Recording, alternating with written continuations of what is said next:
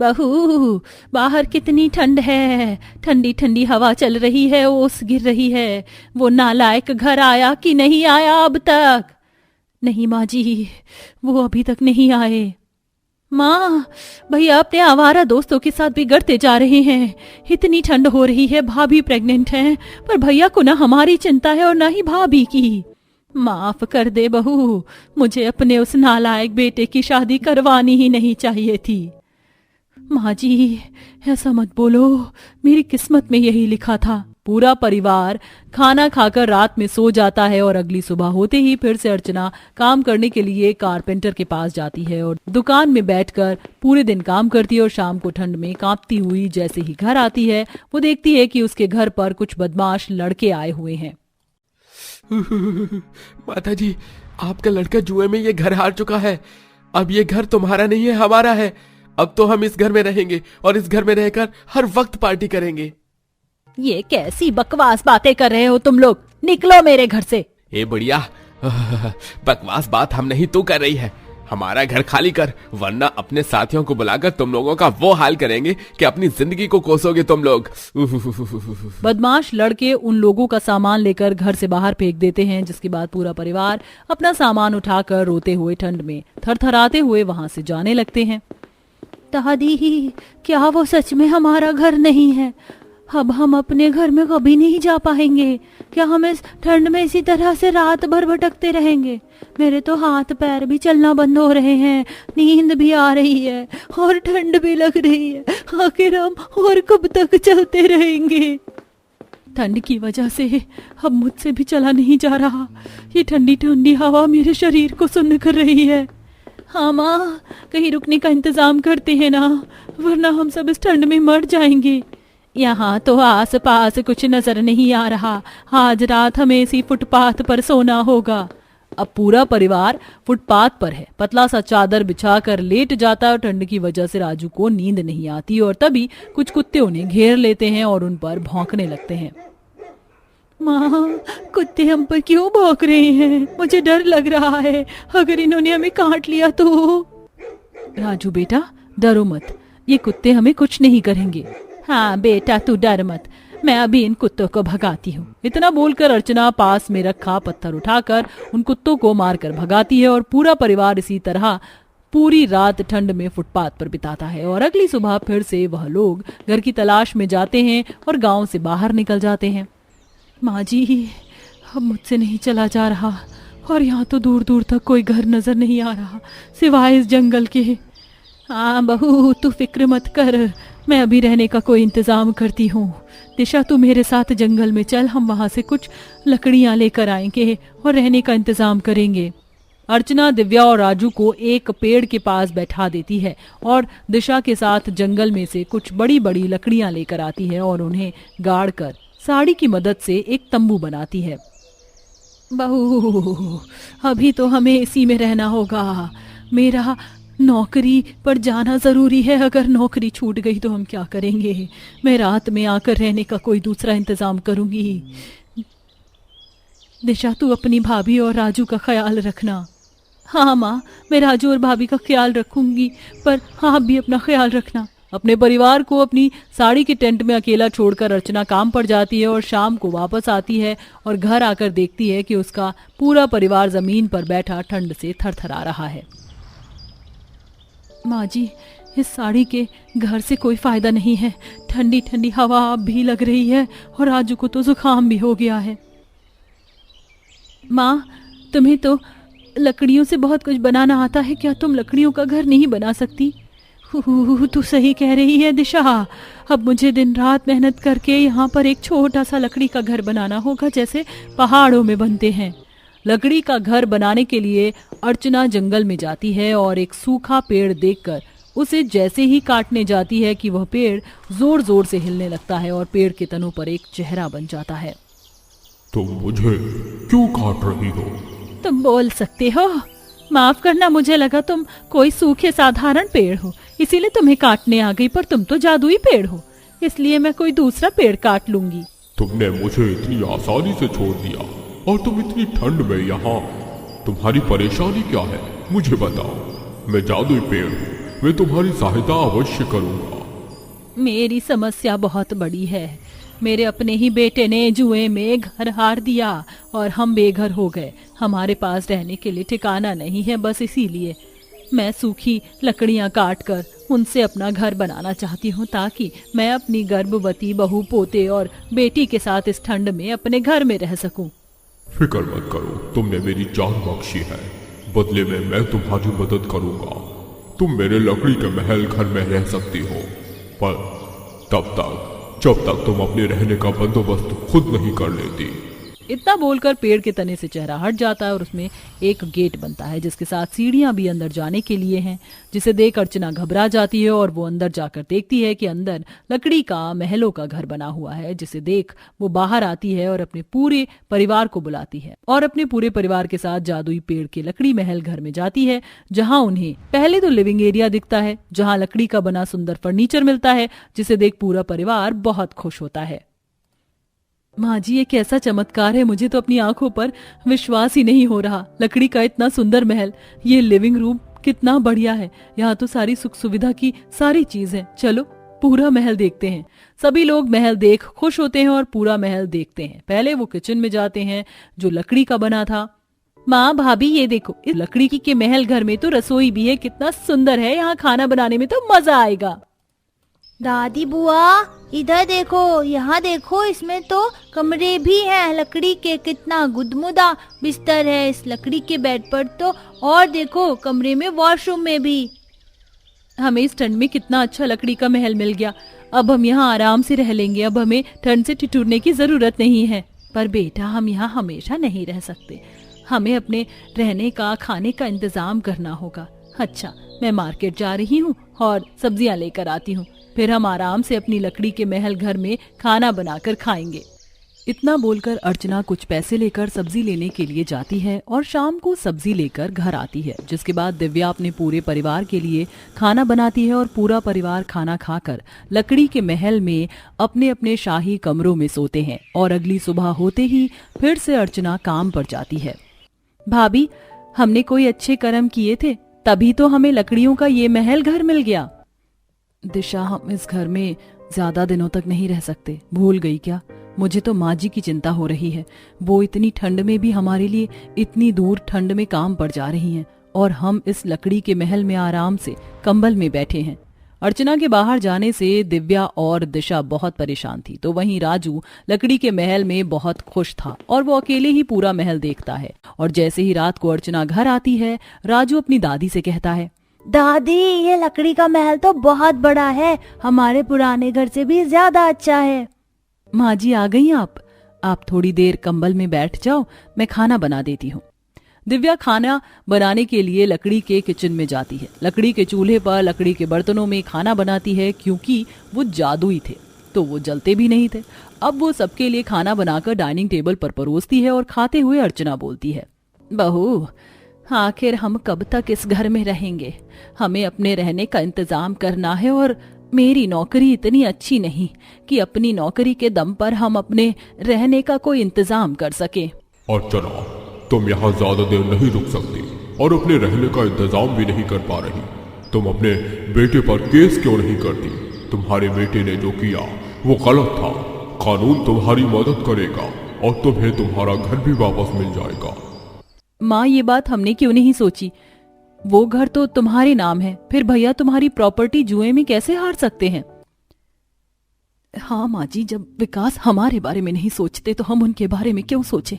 हम कल ही police station जाएंगे और उनके खिलाफ FIR दर्ज करवाएंगे और अपना घर वापस लेंगे। धन्यवाद जादुई पेड़, हमारी मदद करने के लिए और हमें इतने दिन अपने लकड़ी से बने महल में सहारा देने के लिए। हम कल तुम्हारा ये घर खाली कर देंगे। अब अगले ही दिन पूरा परिवार अपने गांव जाता है और पास के पुलिस स्टेशन में जाकर विकास के खिलाफ FIR दर्ज करवाती हैं।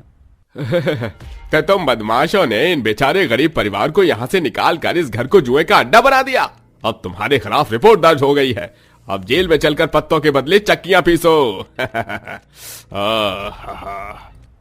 इस तरह पुलिस वालों की मदद से अर्चना और उसके परिवार को उनका घर मिल जाता है और बहुत जल्द पुलिस विकास को भी ढूंढकर उसे अपने हिरासत में ले लेती है, जिसके बाद अर्चना अपने छोटे से परिवार के साथ एक बार फिर अपने घर में आराम से रहती है। जहां गांव के लोग सुबह उठकर अपने काम पर लग जाते हैं, वहीं गांव के जंगल के अंदर एक बहुत बड़ा टनल था। वहां 10 बहू अपने सास ससुर और पतियों के साथ रह रही थी। सुबह के वक्त टनल के अंदर 10 बहू 10 पतियों के साथ टनल के अंदर खेती का काम कर रही थी। जरा देखो खेती कितनी अच्छी और उपजाऊ हुई है। यहाँ पर जमीन उपजाऊ है, अच्छी जमीन है, इसी के चलते यहाँ फसल बहुत अच्छी उगती है। तभी गांव के कुछ लोग उनके टनल के पास आते हैं। अरे कोई है या नहीं? कहाँ गए सब? जी भाई साहब, क्या हुआ? आप आवाज लगा रहे थे। सुना है यहाँ ताजी ताजी सब्जियाँ उगाई जाती हैं। मैं सब्जी बेचने का काम करती हूँ, मुझे भी कुछ सब्जी चाहिए। हाँ हाँ, आपको यहाँ सब्जियाँ मिल जाएंगी, आप अंदर आ जाइए। तेजा के कहने पर लता और हरि प्रकाश टनल के अंदर आते हैं तो वो देखते हैं बड़े से टनल में अलग अलग प्रकार की सब्जियां उगाई हुई होती हैं।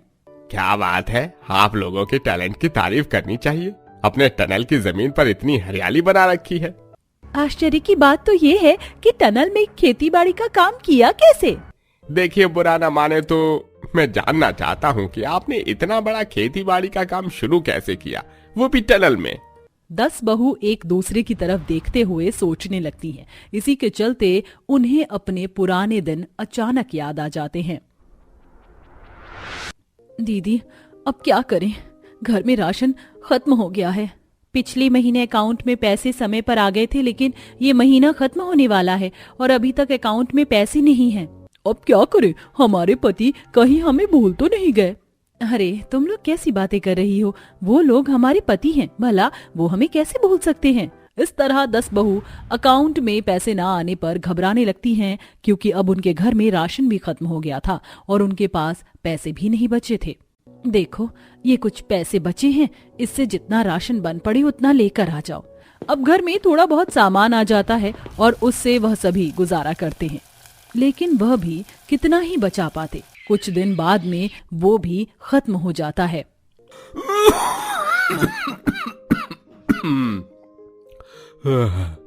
अरे तिनके तिनके के लिए हम लोग परेशान हो रहे हैं, खाना भी नहीं है घर में। ऊपर से मेरी खांसी ने भी मुझे परेशान किया हुआ है। अब हम लोग कर भी क्या सकते हैं? हमारे बेटे पैसे भी तो नहीं भेज रहे, कितने महीने हो गए हैं। गरीब परिवार गरीबी से परेशान होने लगा था। एक एक रुपए के लिए वह तरस रहे थे। मजबूरी में आकर उन्हें लोगों से उधार लेना पड़ता है और जब उन लोगों का पैसा समय पर नहीं जाता है तो वह सभी उनके घर जाकर हल्ला मचाने लगते हैं। थोड़ी सी मोहलत दे दो हमें, हम सबका पैसा चुका देंगे। 6 महीने से उधार पर उधार ले रहे हो मेरी दुकान से। अरे मुफ्त का राशन नहीं, दान करता हूँ मैं। मुझे मेरे पूरे पैसे चाहिए अभी के अभी।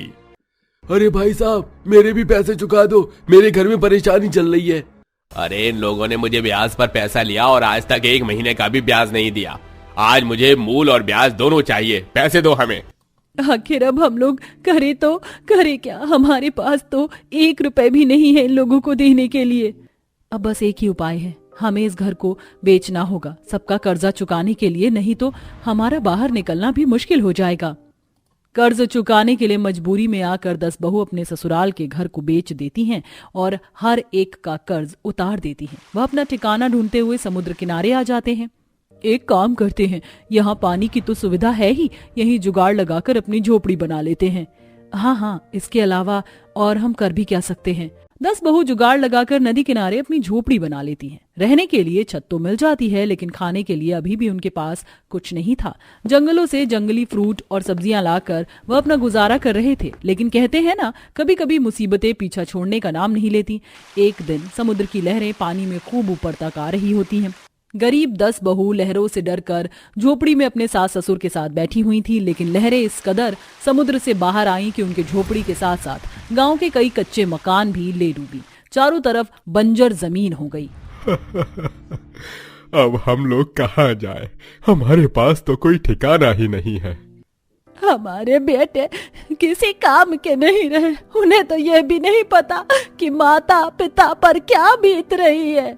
आप परेशान मत हो माँ जी, कोई ना कोई रास्ता निकल आएगा। चलो पहले यहाँ से निकलते हैं, एक जगह खड़े रहने से हल नहीं निकलेगा। ऐसे ही गरीब परिवार अब चलते चलते जंगलों के बीचों से जा रहा था, लेकिन जंगल के बीच में उन्हें एक बहुत बड़ी टनल दिखाई दी। वहां देखो, वहां पर कितनी बड़ी टनल है, छत छुपाने के लिए हमारे काम आ सकती है। गरीब परिवार उस टनल में चला जाता है। टनल अंदर से बहुत लंबी और बहुत बड़ी होती है। इसे देखकर तो ऐसा लग रहा है जैसे सदियों से यहाँ कोई नहीं आया। जरा देखो तो सही माँ जी, यहाँ पर तो मशरूम उगे हुए हैं और ये कितने सारे हैं। चलो आज के खाने का बंदोबस्त हो गया। रात में गरीब परिवार को रहने के लिए टनल की छत मिल जाती है। वह बड़े बड़े पत्तों की झाड़ियों से टनल के आगे पीछे का रास्ता बंद कर देते हैं ताकि जंगली जानवर वहां आ ना सके, और टनल के अंदर लकड़ी से आग जलाकर मशरूम भून लेते हैं। चलो मशरूम खाकर कुछ तो पेट में गया, 2 दिन से भूखे ही चल रहे थे। देखा जाए तो यहाँ उपजाऊ जमीन है, तभी तो यहाँ मशरूम आसानी से उग जाते हैं। अगर हम यहाँ खेती करें तो, जैसे सब्जी की खेती। सोचा तो बिल्कुल सही है, जगह भी बहुत सारी है हमारे पास अपना खुद का काम करने के लिए। इससे बढ़िया और क्या हो सकता है, हम अपनी खुद की खेती कर सकते हैं। लेकिन क्या हम यहाँ खेती कर सकते हैं? कहीं कोई हमें यहाँ से भगाएगा तो नहीं? माँ जी, पहली बात तो ये सरकारी जमीन है, हम कुछ समय के लिए इसका इस्तेमाल करेंगे और फिर जब हम पैसे कमा लेंगे तो खुद का घर खरीद लेंगे और जमीन भी, फिर हम वहाँ खेती करेंगे। इस तरह 10 बहुएं मिलकर टनल के अंदर खेती शुरू कर देती हैं। कोई गाजर की खेती करती है, कोई गोभी की, कोई आलू की, कोई बैंगन की, तो कोई घिया, टिंडे, तोरी की। बहुत जल्द उस उपजाऊ जमीन पर हरियाली खेती होती है और सब्जियां बिल्कुल फ्रेश होती हैं। आखिर तुम्हारी मेहनत रंग लाई। अब तुम्हें ये सारी सब्जियां बाजार में बेचकर पैसे कमाने चाहिए। हाँ बाबूजी, आज देखते हैं हमारी मेहनत कितने पैसे कमाने वाली है। 10 बहू बाजार में 10 तरह की सब्जी लेकर पहुंच जाती हैं और हर कोई अलग अलग सब्जी बेचना शुरू करती हैं। उनकी सब्जियां इतनी ताजी और फ्रेश थीं कि सभी उनके पास आते हैं और सब्जियां खरीदने लगते हैं। वैसे तो मुझे बहुत तजुर्बा है, लेकिन ये सब्जियां देखते ही मुझे ये लग रहा है जैसे अभी काट कर खेतों से लेकर आई हूँ। जी माँ जी, हम अभी लेकर आए हैं सब्जी काट कर खुद की खेती से। चलो, कोई तो है इस बाजार में जो ताजी सब्जी बेच रहा है। सुनकर 10 बहू को बहुत अच्छी संतुष्टि होती है। शाम को अच्छा पैसा कमाकर वह घर लौटी हैं और उन पैसों से वह खाना भी खरीदती हैं। वापस वो टनल के घर में आ जाती हैं। माँ जी, अपना बनाया हुआ तो हम रोजाना ही खाते, आज हमने बाहर से खाना खरीदा है अपने मेहनत के पैसों से, चलो खाना खाते हैं। इस तरह 10 बहू की मेहनत से कमाए हुए पैसों से पूरा परिवार पेट भर के खाना खाता है। अब वह रोजाना ताजी सब्जियां बेचकर पैसे कमाती हैं, जिससे उनकी परेशानियां धीरे धीरे खत्म होने लगती हैं। टनल में ही उन्होंने अपने कमरे भी तैयार कर लिए थे, लेकिन अभी भी उनके पास सोने के लिए बिस्तर, रजाई कुछ नहीं थे। अब हम अपने घरेलू चीजों पर ध्यान देंगे जिसकी हमें ज्यादा जरूरत है।